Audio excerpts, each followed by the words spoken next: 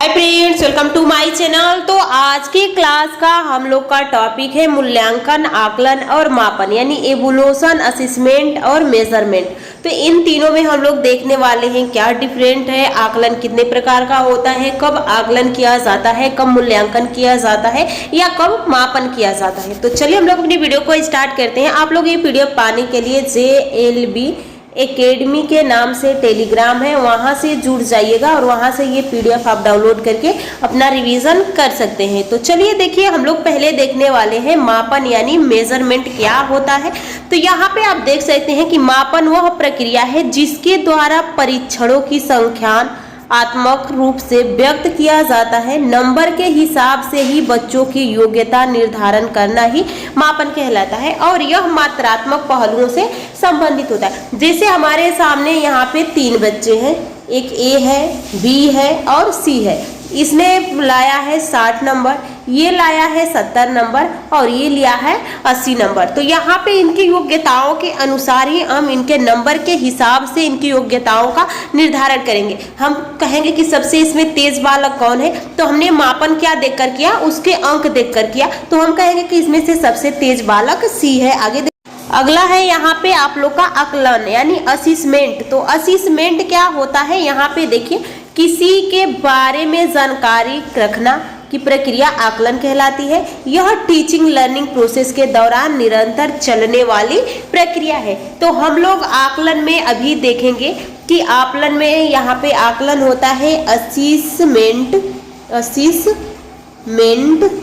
Of learning,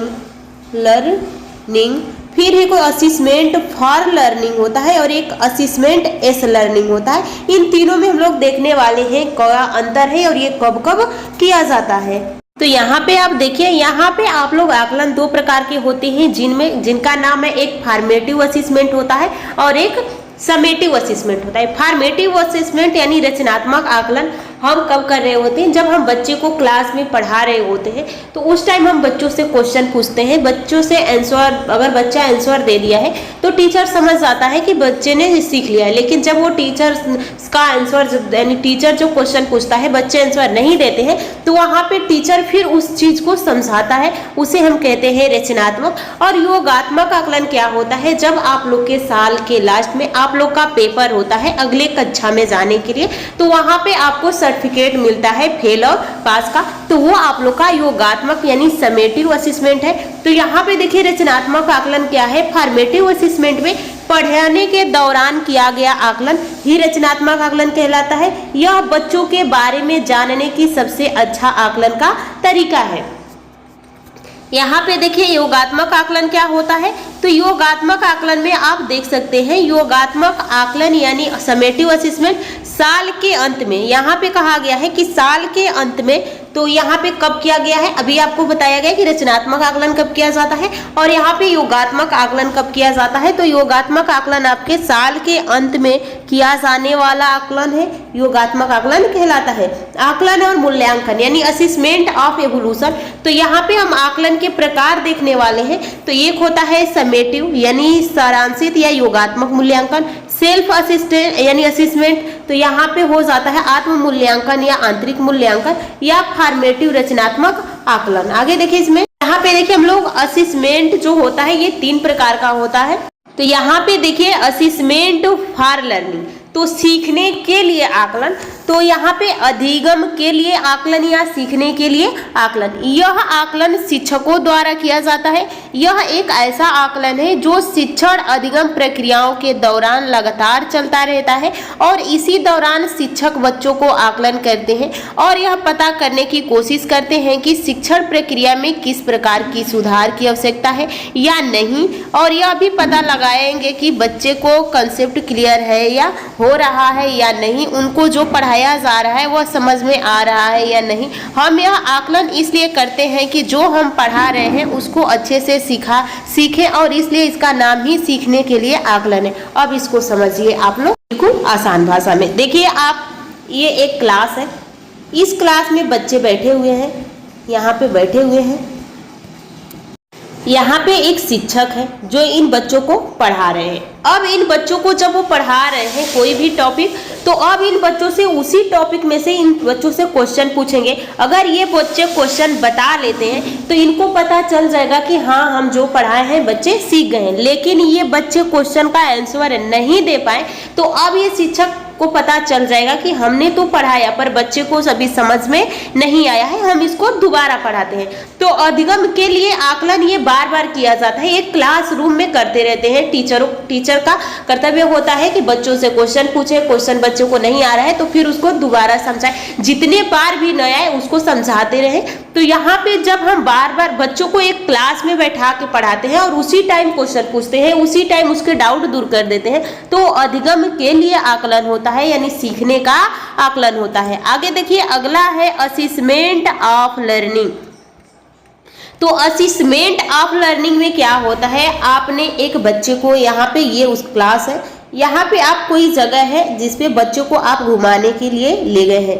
अब जब घुमाने के लिए ले गए हैं तो यहाँ पे बच्चे ने क्या क्या देखा ये सब बच्चे को पता है। अब फिर आप बच्चे को घुमा के इस क्लास में लाए हैं। अब बच्चा ने कोई जानवर यहाँ पे देखा है, जानवर, उस जानवर को वो समझ नहीं पाया है या ना तो उसका नाम जानता है। तो अब ये बच्चे तो आके यहाँ पे कहेंगे कि हाँ एक जानवर था पर हमने उसे देखा पर पहचाना नहीं। पर जब आपको भी यहाँ पे पता नहीं होगा कि बच्चे ने किस जानवर के बारे में बात कर रहा है, तो अब इस बच्चे का डाउट आप दूर नहीं कर पाएंगे क्योंकि आपको पता नहीं है कि बच्चे किस जानवर के बारे में कह रहा है। तो जो अधिगम का आकलन होता है इसमें आप सुधार नहीं कर पाते, यानी एक टीचर इसमें सुधार नहीं कर पाता है। तो ये जैसे कि आप लोग का लास्ट का जो रिजल्ट मिलता है आपको क्लास, दूसरे क्लास में जाने के लिए, वहां पे आपको फेल और पास का रिजल्ट दे दिया जाता है। तो आप वहां पे फिर बच्चे में क्या कमी है फिर सुधार को करने को आपको मौका नहीं मिलता है। लेकिन जो असेसमेंट फॉर लर्निंग था उसमें आप क्लास में ही बच्चे को पढ़ा रहे थे, बच्चे की डाउट को दूर कर रहे थे। लेकिन असेसमेंट ऑफ लर्निंग में बच्चे के डाउट आप दूर नहीं कर पाएंगे। तो देखिए यहाँ पे क्या कहा गया है, यह आकलन शिक्षकों द्वारा किया जाता है। सीखने का आकलन से मतलब है कि बच्चे ने कितना सीखा, हमने उसे जितना पढ़ाया है क्या उसे उतना समझ में आया है या नहीं। और यह सब शिक्षक कैसे पता लगाए, शिक्षक पता लगाएगा उनके साप्ताहिक, मासिक, त्रिमासिक, अर्धवार्षिक या वार्षिक किसी भी पाठ्यक्रम को समाप्ति होने पर विद्यार्थी के सीखने के बारे में व्यापक जानकारी प्रदान करने के लिए पाठ्यक्रम के सभी पहलुओं पर इस आकलन का प्रयोग किया जाता है। इस आकलन के आधार पर विद्यार्थियों की प्रगति रिपोर्ट बनाई जाती है। साथ ही इस आकलन का प्रयोग विद्यार्थी के प्रदर्शन में तुलना करने के लिए भी किया जाता है। यहाँ पे किसी बच्चे का 90% आ गया, किसी का 80% है, किसी का 70% है, तो यहाँ पे हम तुलना कर सकते हैं कि ये बच्चा बहुत तेज है, फिर ये है, फिर ये है। तो यही है। अगला है असेसमेंट, यानी असेसमेंट एस लर्निंग। इसमें बच्चा अपने खुद पिछले ज्ञान से यहाँ पे तुलना करता है। जैसे कि बच्चा इसमें खुद, जो बच्चा होता है वो खुद अपने ज्ञान का चेक करता रहता है। जैसे कि बच्चे का एक परीक्षा हुआ, यानी एक टेस्ट हुआ, टेस्ट समझिए, टेस्ट हुआ, उसने इसमें 60% लाया। फिर दूसरा टेस्ट हुआ, इसमें उसने 70% लाया। फिर टेस्ट हुआ, इसमें उसने 90% लाया। तो अब वो तुलना करेगा कि जो इससे पहले हमने टेस्ट दिया था कितना लाया, कितना नंबर आया था, इससे पहले कितना नंबर आया था, यानी हम खुद अपने में कितना बढ़ोतरी कर लिए हैं। तो यहाँ पे छात्र खुद अपना आकलन करता है, तो असेसमेंट एस लर्निंग हो जाता है। तो देखिए यहाँ पे आप देख सकते हैं कि यह आकलन बच्चों के द्वारा स्वयं किया जाता है। यह आकलन शिक्षकों द्वारा किया जाता है जब आप विद्यार्थी को स्वयं आकलन, स्वयं विचार और विश्लेषण करने के लिए अवसर देते हैं या स्थान देते हैं, तब यह आकलन सीखने के रूप में आकलन कहलाता है। तो यहाँ पे इवोल्यूशन में आप देख सकते हैं कि मूल्यांकन परीक्षण और मापन की सहायता से होता है। मूल्यांकन से छात्रों की प्रगति, उपलब्धि या साक्ष्य एकत्रित करने की, विश्लेषण की और व्याख्या करने के लिए व्यवस्थित प्रक्रिया होती है। आगे देखिए, इसमें मूल्यांकन किस विषय, वस्तु, व्यक्ति आदि के गुण व दोष का विवेचन करके उसके संबंध में सही निर्णय करना मूल्यांकन कहलाता है। यह मात्रात्मक एवं गुणात्मक दोनों होता है। तो जो मूल्यांकन होता है वो मात्रात्मक भी होगा और यहाँ पे गुणात्मक भी होगा। निम्नलिखित वाक्य मूल्यांकन को इंगित करते हैं। जैसे कि श्याम को 200 में से 50 अंक मिले, तो ये क्या है, मात्रात्मक है। रोहन को अंग्रेजी में 40% मिले, ये भी क्या है, मात्रात्मक है। अगले यहाँ पे आप देख सकते हैं कि मुख्य परीक्षा में सरल में प्रथम श्रेणी प्राप्त की मात्रात्मक और गुणात्मक मूल्यांकन परीक्षण एक ऐसी प्रक्रिया है जिसमें प्रतिक्रिया या अभिक्रमांक होता है या जिसका उपयोग किसी पदार्थ या घटक की पहचान या विशेषता के लिए किया जाता है। किसी भी व्यक्ति या समूह के कौशल, बुद्धि, क्षमता, ज्ञान या योग्यता को मापने के लिए परीक्षण किया जाता है, जैसे कि प्रश्न या अभ्यास की एक श्रृंखला होती है। यहाँ पे देखिए परीक्षण एक ऐसा उपकरण है जिसका उपयोग छात्रों की उपलब्धि के मापन के लिए किया जाता है और यह मूल्यांकन का पर्याय नहीं है। तो यहाँ पे आप देख सकते हैं एक मूल्यांकन होता है कंटिन्यूअस कंप्रहेंसिव एवोल्यूशन यानी सतत व्यापक मूल्यांकन। यहाँ पे कंटिन्यूअस कंप्रहेंसिव एवोल्यूशन होता है। आगे इसमें देखिए यहाँ पे देखिए सतत में क्या होता है, तो सतत में आप लोग का होता है कि राष्ट्रीय शिक्षा नीति यानी यहाँ पे देख 1986 के अनुसार सतत एवं व्यापक मूल्यांकन, जिसमें मूल्यांकन के शैक्षिक और गैर शैक्षिक दोनों पहलुएं शामिल है और जो शिक्षा की संपूर्ण अवधि के लिए हो उस पर जोर देते हैं। यहाँ पे आगे देख सकते हैं, यहाँ पे कंप्रहेंसिव में विद्यालय है, खेलकूद है, यहाँ पे सर्वांगीण विकास होता है, बच्चे का मानसिक, शारीरिक, सामाजिक यहाँ पे सारे विकास होते हैं।